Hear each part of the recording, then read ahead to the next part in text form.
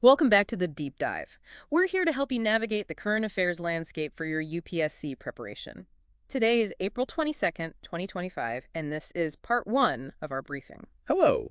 And yes, some of today's topics might be familiar if you've been following closely. Think of it as good revision. Exactly. We hope you find this useful, and if you do, please consider liking and subscribing. It really helps us out. So today we've got quite a mix lined up, all relevant for the exam. We'll kick things off with Earth Day 2025. Then we'll get into some tech with perovskite solar cells, specifically a new recycling method. Right. After that, we're looking at the Indian Navy, INS Chennai and INS Kesari's recent activities.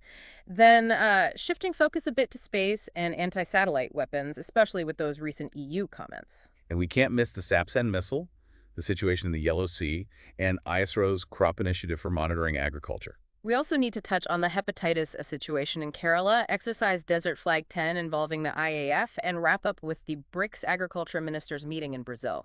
Basically, our mission here is to, pull out the key takeaways, connect the dots, and really understand the significance of these events for the UPSC exam, going beyond just the headlines. Okay, let's start with Earth Day, April 22nd. It's a huge global event for environmental awareness, isn't it? The largest, I think. It absolutely is. And for 2025, the theme is our power, our planet. The core message is really pushing for a massive scale-up, tripling clean energy production globally by 2030. That's a huge target. Tripling by 2030. Wow. Wow. It speaks to the urgency. Thinking back, the first Earth Day in 1970, started by Senator Gaylord Nelson in the U.S. Yeah, 20 million Americans participated then. It was groundbreaking. And then it went global in 1990. Right. 200 million people, 141 countries. It shows how environmental concerns have really become a worldwide issue. For UPSC aspirants, tracking these themes and the history gives context for policy questions, environmental movements. Makes sense. That 2030 clean energy goal really stands out. It's not just incremental change they're calling for. No, it's transformational. Which actually leads us nicely into our next topic. Perovskite solar cells, PSEs. There's been a development regarding recycling them using a water-based, non-toxic method. That sounds important. Because dealing with hazardous solvents has been a bit of a drawback, right? Exactly. So PSCs themselves, they're a type of photovoltaic tech using perovskite crystal structures. Think calcium titanium oxide, that kind of structure, formula ABX. The big pluses are high potential efficiency and lower production costs compared to traditional silicon cells. But the downsides? Well, the main ones have been their lifespan. They degrade faster and overall stability issues. Okay, so this new recycling method tackles the hazardous waste aspect. How does it actually work? Is it complex? It's quite clever, actually. They use sodium acetate that binds with the lead ions, making them soluble in water. Then sodium iodide helps regenerate the perovskite crystals themselves, and hypophosphorus acid acts as a stabilizer. So you recover the lead and reuse the perovskite material. Basically, yes. Ethanol and ethyl acetate are used, too, to dissolve and recover other cell components. Yes. It's a much greener approach to recycling these potentially very useful cells. And India is involved in this space, too, with carbon-based PSCs, the CPSCs. Yes, India's developed its first indigenous perovskite product, the CPSCs. The focus there is really on trying to improve stability and keep costs low, especially for Indian conditions. Conditions like humidity and heat, I imagine. Precisely. Those are big challenges. Researchers are looking at additives like guanidinium iodide for better heat tolerance and something called 5-amino-valeric acid iodide, or 5-AVAI, to resist moisture better. So lots of research happening on stability and now recycling. It feels like this technology is getting closer to wider use. It definitely seems that way. And for UPSC, this touches on renewable energy, material science, environmental tech, lots of relevant angles. Okay, let's shift gears now. Maritime security. INS Chennai and INS Kesari took part in ACME 2025, the Africa-India Key Maritime Engagement. Involved maneuvering and VBSS drills.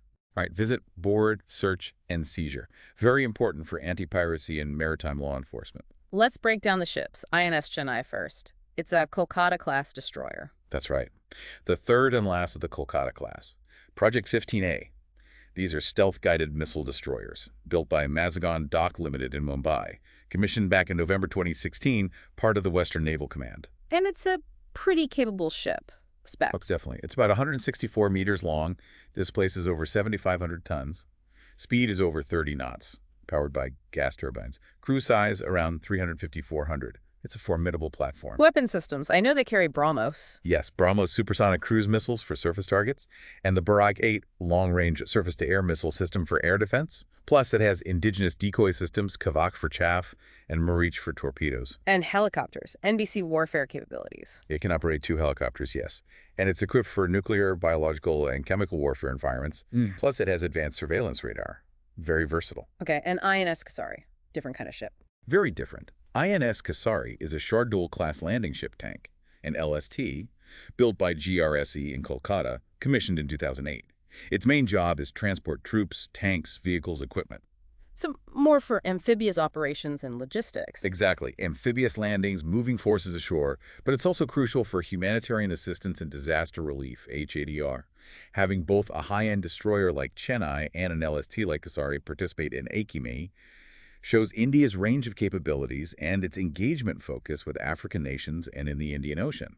Important for understanding India's maritime strategy and reach. Definitely. A key area for defense and international relations aspects in the syllabus. Right. Now let's move from the sea to space. Anti-satellite weapons. ASATs. The EU recently acknowledged India's responsible stance here. What exactly are ASATs? So ASATs are basically any technology designed to disable, destroy, or interfere with satellites in orbit. Think of it as extending conflict into space, potentially targeting enemy eyes and ears, surveillance, communication, navigation satellites. How do they work? Are they all missiles? Not necessarily. There are 2 main types. Kinetic ASATs physically hit the target like a missile intercepting a satellite. The big problem there is space debris. Right, that's a major concern. And the other type? Non-kinetic. This includes things like cyber attacks to take control or disrupt, electronic jamming or spoofing signals, or even directed energy weapons like high-powered lasers to dazzle or damage sensors. And where can these be launched from? Various platforms. Ground-based missiles launched from aircraft or even deployed from other satellites. And the major players with demonstrated capability are? The US, Russia, China, and India. India's test was Mission Shakti, correct? Yes. March 2019. India successfully tested a direct hit missile against one of its own satellites in low Earth orbit, around 300 kilometers up. It demonstrated the capability. But it also raised those debris concerns. It did. Which is why the EU and others are pushing for international norms, possibly even a ban on destructive testing under the UN. The recent EU comment acknowledging India's responsible behavior likely refers to India's statements, emphasizing deterrence and commitment to space security, not weaponization, despite having the tech. Okay. And what about RPO, rendezvous, and proximity operations? How does that fit in? RPO is when spacecraft intentionally maneuver close to each other. It's essential for peaceful things like docking with space stations, satellite servicing, inspection. But it could be used aggressively. Exactly. The same capability could be used for covert surveillance of another country's satellite, electronic interference, or potentially even a close-in disabling attack without creating massive debris clouds. So the dual-use nature of RPO tech makes it part of the broader space security discussion. Understood. Complex issues in the space domain. Okay, let's come back down to Earth, specifically looking at military tech in the Ukraine conflict context, the Sapsan missile. Russia seems to be taking notice? Yes. The Russian body has acknowledged it as a threat. Sapsan, also known sometimes as FRIM-2 or GROM-2, is Ukraine's own tactical ballistic missile system. Oh, it makes it stand out. It's designed to combine features of a tactical missile, like pinpoint accuracy, with aspects of a multiple rocket launcher. The export version, FRIM-2, had a shorter range, maybe up to 280 kilometers. But the one Ukraine is using has a longer reach. Reports suggest the version for Ukrainian forces has been extended, potentially up to 700 kilometers. That significantly increases its strategic value. It's launched from a mobile 10-wheeled Tello vehicle. And its flight characteristics are notable. Apparently so. It's described as having aeroballistic capabilities, meaning it flies a high ballistic arc but can maneuver somewhat within the atmosphere. This potentially makes it harder for defenses like Russia's S-300 or S-400 systems to intercept. Comparisons have been drawn to Russia's own Iskander missile. Interesting. Is it versatile? The design suggests versatility. It might be able to launch both ballistic and cruise missiles, potentially adapting it for air defense or coastal defense roles too. It carries a substantial warhead, about 480 kilograms, with different payload options like unitary or cluster munitions. And guidance. Primarily inertial guidance, but reportedly augmented with radar and optoelectronic systems for better accuracy near the target. Its acknowledged threat level highlights its impact on the battlefield. Definitely something to watch in terms of regional conflict dynamics and missile tech proliferation. All right, let's shift focus to geography and geopolitics, the Yellow Sea.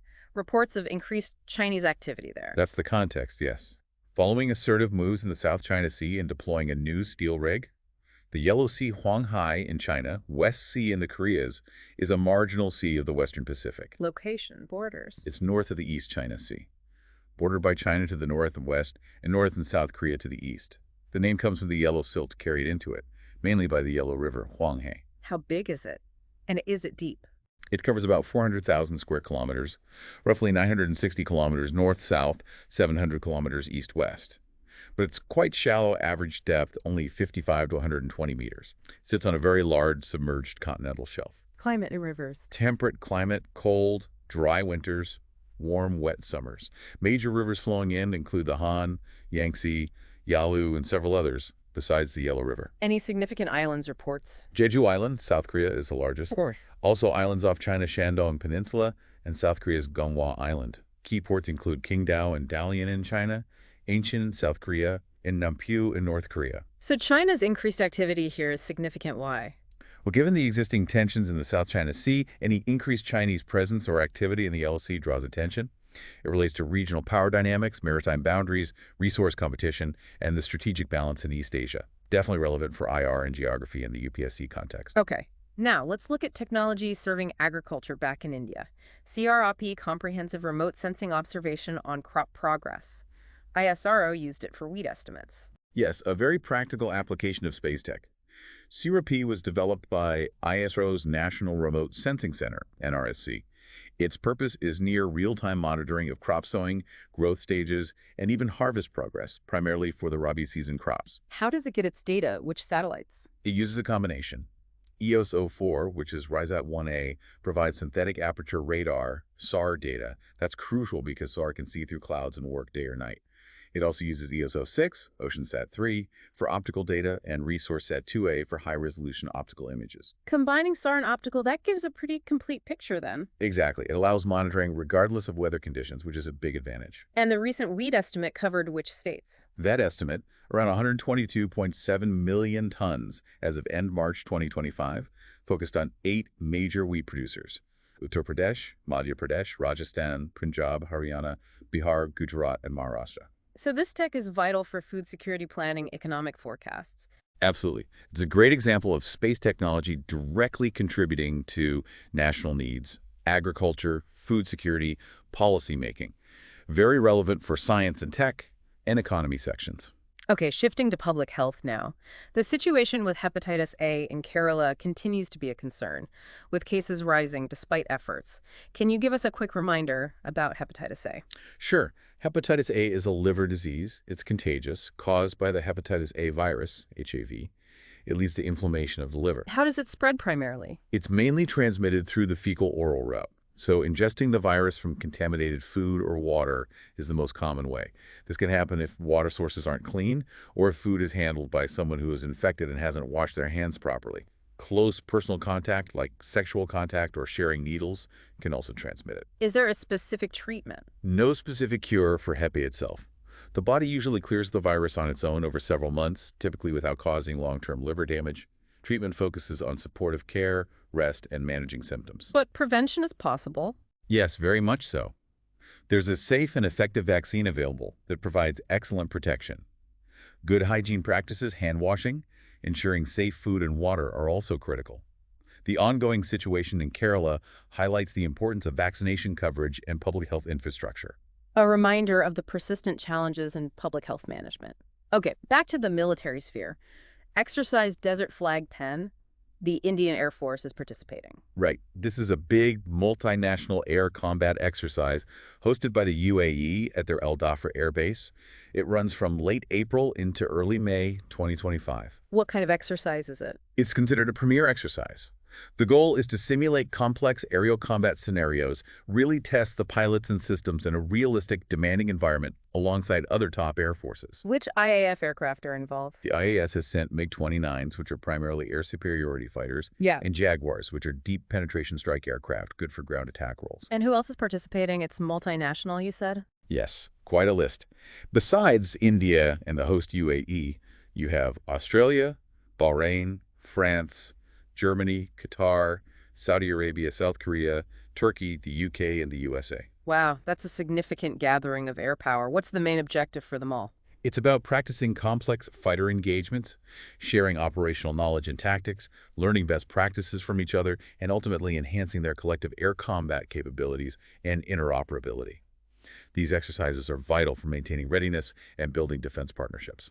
Important for understanding India's defense cooperation and air power projection. Okay, finally, let's touch upon Brazil. It hosted the 15th BRICS Agriculture Ministers meeting. India sent a delegation. Tell us a bit about Brazil's geography first. Sure. Brazil is huge, the dominant country in South America, fifth largest in the world.